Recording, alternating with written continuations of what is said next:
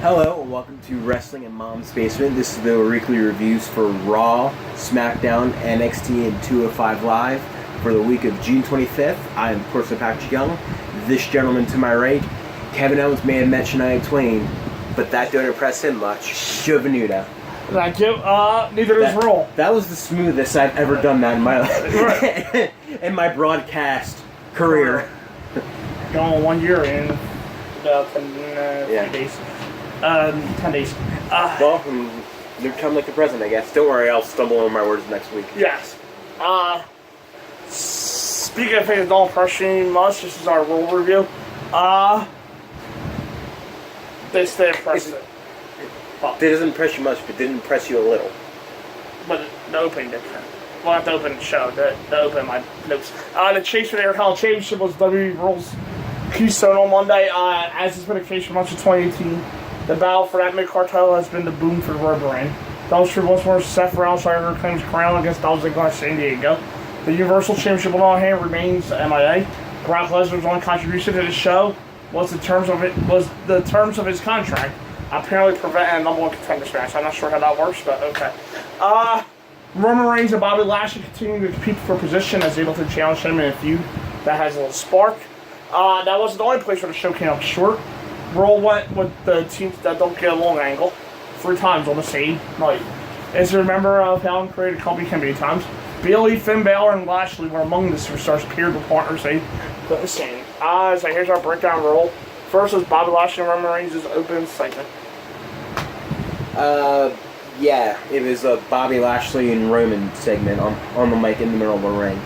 Along with Kurt Angle stumbling over his words worse than I do in these intros. I'll give it this. It was the best. It was the better of the 2 promos between Lashley and Roman. Okay. Yeah. Roman, I'll be a little more nicer here. Roman outshined Lashley here. Yes, I can actually agree to that one. The perception that Roman can't talk is kind of outdated and wrong. The universe. well, when you bring up that definition, he's in a promo with Bobby Lashley. Kind of does prove it wrong. The Universal Championship picture is suddenly less clear. Confusion is not nearly as compelling as true championship chase. And Lesnar getting matches canceled is exactly great entertainment. And Lesnar's absence continues to keep Roll's main event scene in neutral. And Reigns versus Lashley rivalry is in the solution. Up next, the Revival defeated Bobby Lashley and Roman Reigns. Holly freaking Luya. The Revival actually win a match. Yeah, it was off literally a team that beat the crap out of them last week, so it's technically 50-50 booking. However, it's probably more like 5% booking because it's their first win Revival's gotten in 30 years, it seems like. Or at the very least NXT. So the match was fine for what it was, but I think the very big takeaway moment is Revival got a win, and essentially Lashley and Roman did not get along. Spoiler is going to be the same thing, but opposite of what happened to Saturday on SmackDown. And I'm going to say the same thing here now. I'm pretty sure by next week, this Monday, the win will only be remembered. Probably not, no. And spoiler for SmackDown, I'll say the same thing for Saturday's loss. I'm pretty sure the loss won't be remembered. And I'll go back to using the gif of Cody sipping coffee with F the Revival on his cup. But since we're just talking about this Monday, the Revival did look excellent here. And WWE really needs to find more ways to showcase the hard hand bill. Dawson Wilder got a much-needed win. One that creates drama around the Reigns and Lashley situation. WWE team-up rivals who can't get along due to tired trope death. It was just last week that Reigns and Lashley tied together against the Revival. And this was the first of several situations like this on Monday. Up next, Kurt Axel defeated Matt Hardy by falling off the top rope. Yeah, it's an interesting way to beat Matt Hardy at this point. The guy's made a career of jumping and falling off ladders. Well, I guess he's more broken, so I guess that fits. But yeah, the match was fine for what it wasn't bad. It was fine for what it was. Yeah, it was 2 minutes. How do you botch a 2-minute match? Yeah, it's really hard. The ending. Yeah, it's very dull. Exactly. It's definitely an interesting choice. Definitely. Well, interesting meaning bizarre as all fuck. But for what Matt and Axel did, I thought they did fine for the 2 minutes they were given. The ending was literally a quandary about. The B team's the B team's taking full advantage of the shot in the limelight, and Axel and Bales have been one of the funniest parts of Raw each week. Their Cinderella run has the welcome surprise in an often predictable setting. Their matches haven't been anything noteworthy though. No. Like Breezango on SmackDown last year, the B team is just serving as comic relief. Up next, Authors of Pain beat 2 Christmas elves. Yeah, they were dressed for Christmas. Or those 2 guys. or 2 Mexican cokes and catering. Yeah, so apparently they actually became creative with their uncreativity. Authors of Pain showed up after 7 weeks off the show. 7 weeks, yeah. So it's great to see them. It's nice to know that they weren't forgotten in catering for an 8th week. But the head of catering is who they're fueling. Yes. Exactly. Worldwide. Exactly. The whole group. Mm-hmm. The man who actually may be the unluckiest wrestler in WWE history. Right. In Titus O'Neil. Right. That's in a few months. Yeah. It's great to have Authors of Pain back. It's been way too long since they've been around. Adrian and Razor look like monsters during the squash match. It won't be until they find suitable foils that they'll reach their full potential, though. Titus Worldwide isn't going to fulfill that role. That's simply going to be a warm-up feud for former actually Titan champions. Honestly, I don't really know who overall could bring the best out of Authors of Pain, unless you cleared him 2 months ago, and you're going to bring him back as a babyface, team him up with Chad Gable. You got American Outfit Revival and the Authors of Pain on the same roster. Yeah. And none of them are in the tag title picture. Or the champs, for that matter. Just roll this all in one. Alexa cut a promo. Nia was happy that Alexa screwed her. Nia was just happy to be back. Natalya forgot her legs are injured. Nia was best friends with Natalya this week. And Mickey and Alexa are friends again. Whatever. Put promo match all in one. Natalya defeat Alexa. Yeah, the promo I liked it to be at the beginning of this whole thing. With Alexa, again, shit-talking Ronda and all that stuff, I really did like. Then Natalya came out and kind of became obvious what they were going to do. I'm just going to skip over the fact that Mickey came back as a heel again. Alright. Well, technically, she didn't come back. She wouldn't turn full-fledged face. I just didn't know she was still with Alexa. We're going to skip the fact that she was with Alexa. Yes. Celebrate her big win when she wasn't there. Celebrate her win. No, Mickey wasn't even in the match. Yeah, so. So, yeah, I guess they finally remembered, oh yeah, Mickey's Alexa's friend. Alexa has someone to play off in the promo. Even though I don't think Alexa necessarily needs anybody to play off of. But I guess it's nice for... One of the 2 best mic workers were in the ring. I guess it's nice of them to have Mickey on TV instead of getting the Authors of Pain treatment. The 2 best mic workers in the division are on the same team. Yeah, they're on the same side. Yeah, Alexa and Mickey. The match how went down. I'll get to Nia's part later. The match how went down I thought was fine. Just the ending. She disagreed with me. She really does disagree with me. Yeah. Just the way they booked it. I'm not sure if Natalya should be tapping Alexa Bliss as the champion right now. I think that should be saved for Ronda when Ronda pretty much tries to rip her arm out of her socket at SummerSlam. I think that should have been the next time. It's gonna be like a 15-20 minute match, you know. Yeah, it should be like 2 minutes. And then at the end of it, Ronda literally rips her arm out of her socket. Right, but like I want Alexa selling the thing, and Nia being back and just almost smiling, being happy being there. Okay. It's kind of weird, especially when Nia literally Alexa took her title just last week or the week before. Right. It's definitely an odd choice and definitely a big change of tone from what I would like to see, but I guess that's why they more or less made Alexa champ. They didn't really know what to do with a face Nia. We're getting a match for 4 pay-per-views in a row. Yeah. Now, why would you waste a match again on pay-per-view and risk ruining their best match together?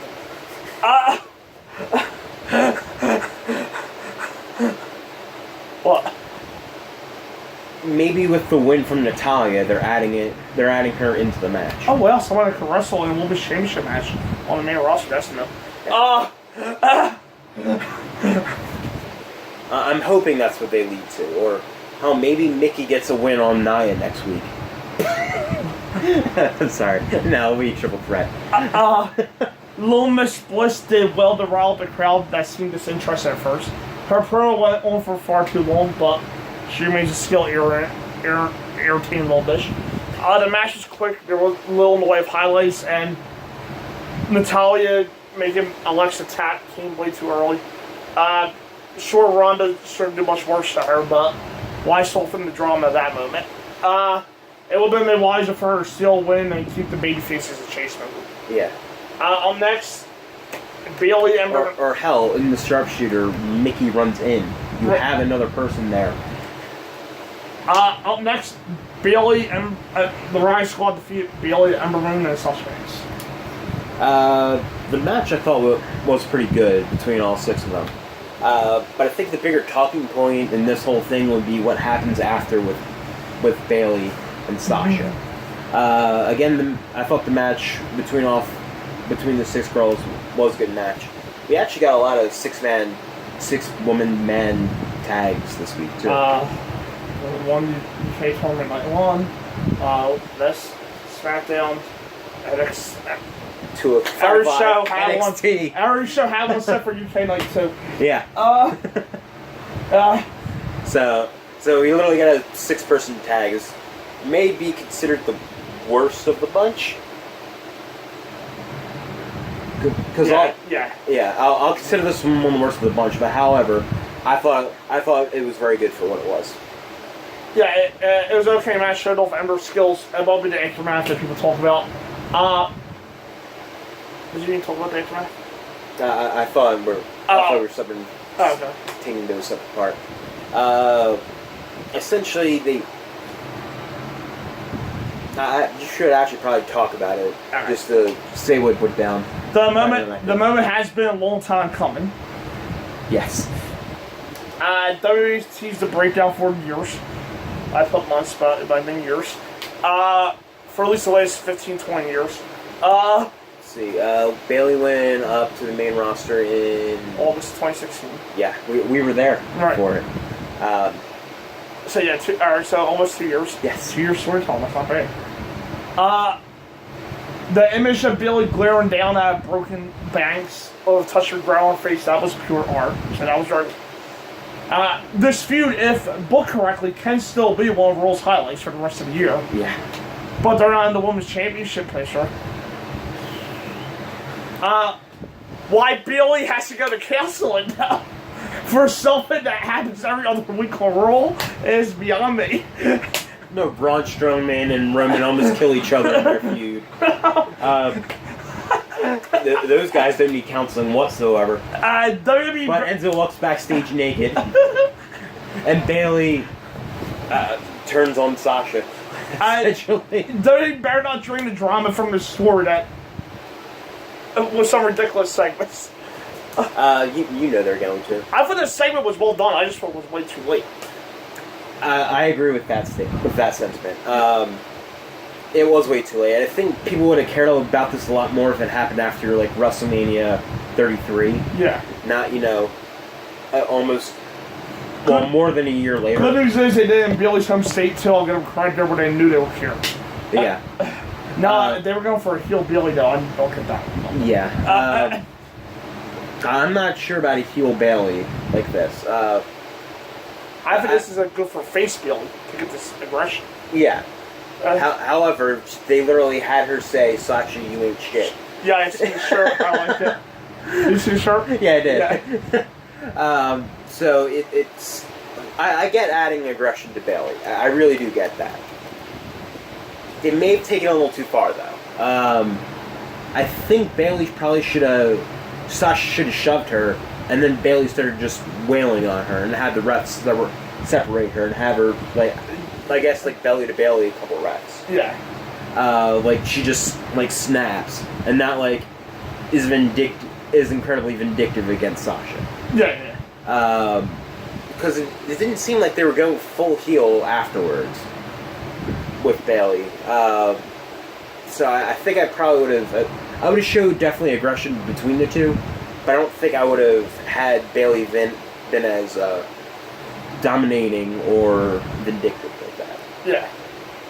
Up next, Mojo Rawley doesn't want to wrestle no way, Jose. Okay. I think I checked out on this segment. I like Mojo better as a heel, I'll just say that. I've been saying that since SmackDown. Yeah, I do like it better as a heel too. And this is probably some of his better work to date, I just don't care about this at all. Yeah, where he tried to literally down-talk a guy in a cheeseburger costume, I think it was, in the No Way Jose Brigade. Yeah, if you would know why it has low carb written all over it, so. Yes. If Mojo's going to push things, he's a bigger story and a more high-profile foe in a hurry. Yeah. Moving on,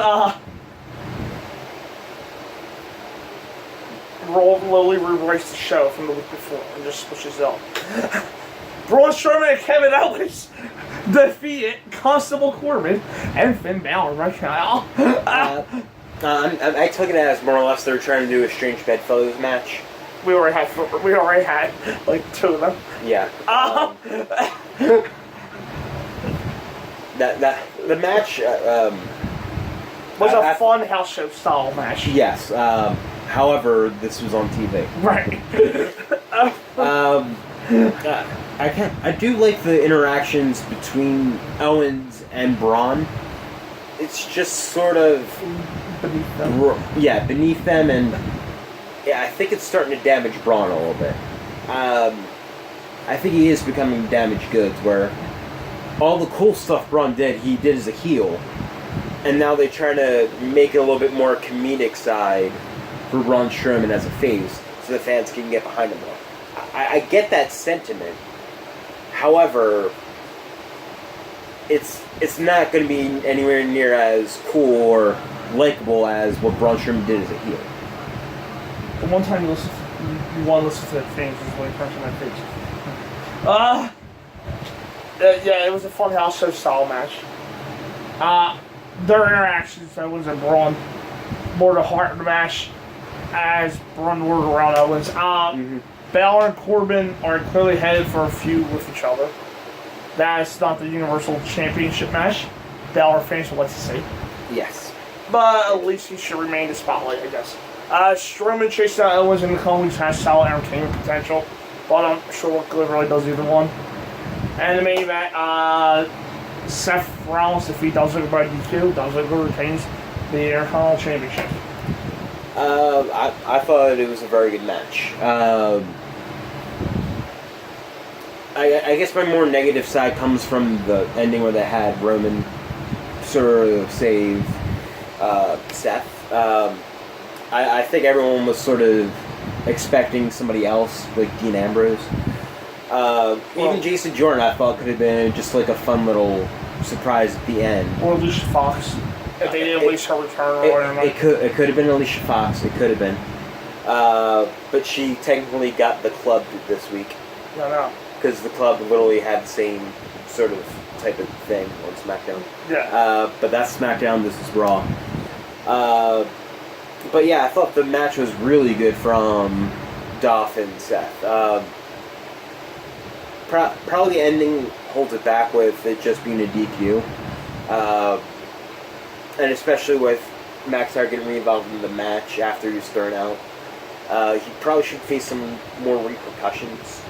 Story kayfabe wise. He should join Billy and Sasha. Exactly. He should be in counseling. But yeah, Dr. Shelby. I do get why they had Roman come to make a save for Seth. I think everyone was just really trying to hype it up more in their head as Dean Ambrose. well, that's all your people's fault. Yeah. Nobody said Dean was clear. They said Dean was at the Performance Center. Weeks ago. The week before this week, last week, he was at the Performance Center last week. Okay. The week of Money in the Bank, he was at the Performance Center last week. Like when they're trying to rehab him? Yes. Or, make sure he's cleared? Yeah. He wasn't in the ring, though. He was there getting tested to see if he could get in the ring. That was the difference. He was at WWE's doctors. He wasn't cleared. Jason Jordan was cleared. That one on 2 months ago. When they clear you to go back in the ring, they actually have you run back and forth the ring. Yeah, but that wouldn't have been a good time for him to come back. Well, why not? Random rule. To make the surprise a little bit better, because the match literally went for about 30 minutes. I'm going to throw you slide here, sister. It's technically the same thing SmackDown did. But SmackDown actually delivered on the surprise. I'm going to throw you slide here because of the fact that Dean wasn't promised, Jordan wasn't promised, and since there's no Universal Championship match now confirmed for SummerSlam. If this is leading where I think it's leading, which I'll get to my last line on this part of my notes. First, the Isotope has been the foundation for the show for much of the year. That was true here as Rollins and Ziggler tore up. Strong performances from both men. The high stakes of the match and a revved up crowd added to a memorable main event. His partnership with McIntyre and the Isotope had revived a stagnant Ziggler. As for McIntyre, if he's feuding with Roman in the near future, say for SummerSlam, sparks are going to fly, and McIntyre is a far better fit as a rival for Roman. Yes. Than Lashley. Yeah. Than Lashley. You literally have a yeah, there. Yeah, him, yeah. It's on the line of red because for some reason I think you spelled it wrong. Offended him, yeah. Yeah, than Lashley, yeah. McIntyre's a far better fit for Roman than Lashley. Since it doesn't seem like Dolph and McIntyre are going to be a full-time team. More like an alliance. So McIntyre versus Roman is Seth and Dolph. See how much more appealing than Lashley versus Roman. So that's why I'm okay with Roman. However, didn't Angle say Lashley versus Roman at Extreme Rules? That's where I said SummerSlam. No, he didn't say it is for Extreme Rules. He said he'll take it under advisement. Okay. So meaning if he changed next week and Lashley versus Jinder Mahal will be the one that happens. Well, once Angle goes to council, that's it, wasn't it? On SmackDown Live, Rusev looked to continue his win ways as there was, and Jeff Hardy issued a United States Open Challenge, and Dale Bryan battled Harper and Action Matchup SmackDown Tuesday night. Up first is Base TV with the Bludgeon Brothers and Dale Bryan. I did like that they had the Bludgeon Brothers open up the show. I don't think they've opened up the show before. Maybe it's because a lot of the SmackDown crew were already headed to Japan because that's where their shows were, which could be a theme that comes up a lot later. But still, I thought it was a new way to add them into the opening promo, not actually speak, and have Miz be the good mic worker to explain what actually happened between the Bludgeon Brothers and Daniel Bryan. Yeah. So I thought it was good all the way around, and I thought it set up the main event nicely, which, again, I could complain about that 1,000 times a week for WWE, but I don't want to. It is what it is. I do. It was good to set up the main event, but again, WWE falls into the familiar entire formula of using the promo segment to announce a match rather than just advertising the damn thing right out the gate. Yeah. The good thing coming out of this was Miz's spectacular mic work and expressions while dealing with the opposing team sharing the ring with him. Up first, Rusev defeat is there was. I thought the match was fine for what it was. I thought this could have been one of the weaker performances. However, from Xavier Woods in recent months, I guess, I still thought it was very good, and it proved why all three, maybe, I don't want to say this, the the one you don't expect in a singles, apart from the New Day, is still actually pretty damn good in singles. Another thing I'm kind of sort of confused by is Xavier Woods is a face, is a clear baby face. After last week, I'm not sure Rusev should be fighting him like this. Especially when they had Rusev do a respect handshake to AJ, and then Aiden got punched. But Rusev still shook AJ's hand as respect, so if they're looking to turn Rusev into a face, I'm not sure if the automatic immediate baby face challenge or contender or whatever you want to call Xavier Woods, I don't think he should have had a match with him right away. Like heel could even beaten that early. That's like on New Day's popularity level. I'm not saying being a heel. I'm like maybe like. Well, AJ was in Australia promoting the Super Showdown in October, so there wasn't much they could do. Rusev needed a showcase. Yeah. I would actually say I know he's injured, but like a babyface like Sin Cara or like R-Truth. Well, he's missing.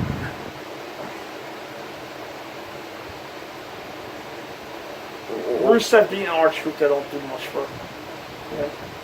Beating Xavier, that's someone that's been part of SmackDown's main, one of the pillars of SmackDown in the last year. Yeah, he's one of the pillars of SmackDown, but beating Big E with them. He's not like he's not known for his singles. So when you put him in a singles match, away out of a match with his other partner or other two partners, he's not necessarily known for his singles. I just took it as last week AJ. Or he's not as accomplished in singles. I took it last week as Rusev respected AJ. Then when AJ sucker punched Aiden, it was because Aiden was acting like a twat. Right. And I took it this week as Rusev is going to stay heel though, because either he shook AJ's hand, or he's going between your border and more heel, because number one is AJ. But number two is because AJ did sucker punches Frank. You know, Aiden was acting like a complete twit. Yeah. Still. When you have AJ versus Rusev, you know they're both getting dual chances. They were doing Rusev's promo. Yeah. AJ's going to be the clear-cut babyface in the actual match, though. Just based on size difference alone. Oh yeah, I agree with that. But I'm saying... But there was no more faces to beat down that popular, I guess I should say. Because they're not going to put Brian or Jeff in that position to lose to Rusev. But it was essentially to have him in a showcase match. Right. You literally could have done that with Ty. The main thing was the promo afterwards. That was the main part. Yeah. Well, honestly, I'd rather have a good match than a quick squash. I think Xavier is one of those guys that can get decent. Not that Rusev needs to get decent with him, but I'd rather have a competitive. SmackDown's lucky with their faces, which I'm about to get to in like 2 segments, where older faces are popular enough to stay over in losses. Yeah. And then New Day's not. I don't think New Day's right now in a program for sure rules. No. And I think what they're trying to do is establish New Day as singles now. Because in recent weeks, all of them has singles performances. They're acting more like a stable instead of a team. Yeah, Kofi was in Mind the Bank, Big E was in the Gauntlet last week, and now Xavier. Yeah. For me, it was 2 of the most underrated superstars in WWE. Roster did battle here, and they didn't disappoint. The NXT X-Force, yes, people, they were in NXT. NXT was cool. Delivered an athletic, fast-paced match. Yeah, Rusev had a board then with people's names on it. And kept the fans into it. Woods impressive that both fighting underneath, but was Rusev's fury and aggression style. And he looked every bit the Motivate monster he was early in his career with WWE. And that bodes very well for fans who may make some Tuesday Championship opportunity. And it was a great way to set the tone for the remainder of matches on this show. Up next, Thunder vs. SmackDown Live, 205 Live at NXT. See you then.